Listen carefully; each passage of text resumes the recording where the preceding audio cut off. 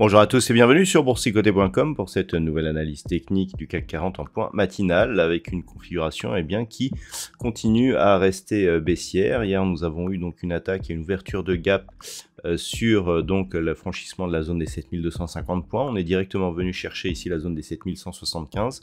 Le rebond n'a pas permis de combler ce gap puisque par rapport au niveau d'ouverture, on avait déjà eu une petite ombre ici et on est revenu quasiment sur les mêmes niveaux, donc vraiment aucune volonté de le combler.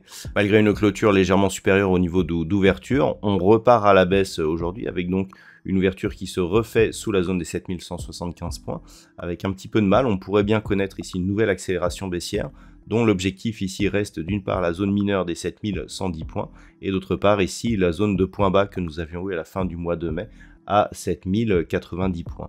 Donc pour le moment on en est là. Au niveau des indicateurs techniques, on voit que on avait eu une tentative de retournement des histogrammes du MACD qui est en train d'être invalidé du fait de l'aspect baissier de la bougie qui est en train de se dessiner. Au niveau du RSI, on a une trajectoire plutôt baissière mais toujours dans la zone neutre, on se rapproche de la zone de survente. Donc il va falloir surveiller cette configuration puisqu'une rupture des plus bas significatifs d'hier, donc ici proche de la zone des 7145 points, puisque nous étions à 7145.06, nous donnerait un signal de poursuite ici du mouvement baissier, donc en direction de ces zones de support. Au niveau des valeurs ce matin, c'est plutôt orienté dans le rouge. On a tout de même quelques valeurs qui subsistent au-dessus de la ligne de flottaison, comme Téléperformance qui gagne 1,28% et Orange 0,55%. Derrière, Sanofi, Eurofins Scientifique, EssilorLuxottica ou Carrefour sont les seules autres valeurs à rester dans le vert avec des hausses entre 0,05 et 0,35%. Au niveau des baisses, là c'est un peu plus fort. Les bancaires souffrent de la conjoncture économique. BNP Paribas moins 2,24, Crédit Agricole moins 2,07. Michelin, Société Générale, ArcelorMittal et Safran sont sur des pertes légèrement inférieures autour de 1,5%. Alors, les bancaires souffrent, on a une incertitude sur la conjoncture économique liée justement au resserrement des taux de la part des principales banques centrales. C'est ce qui, c'est ce qui inquiète les bourses mondiales actuellement. Et donc, on a un secteur financier finalement qui est bien exposé.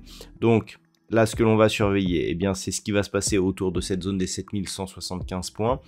Toute rupture ici en direction de la zone des 7110 serait la suite logique donc de cette dynamique baissière impulsée hier par le gap.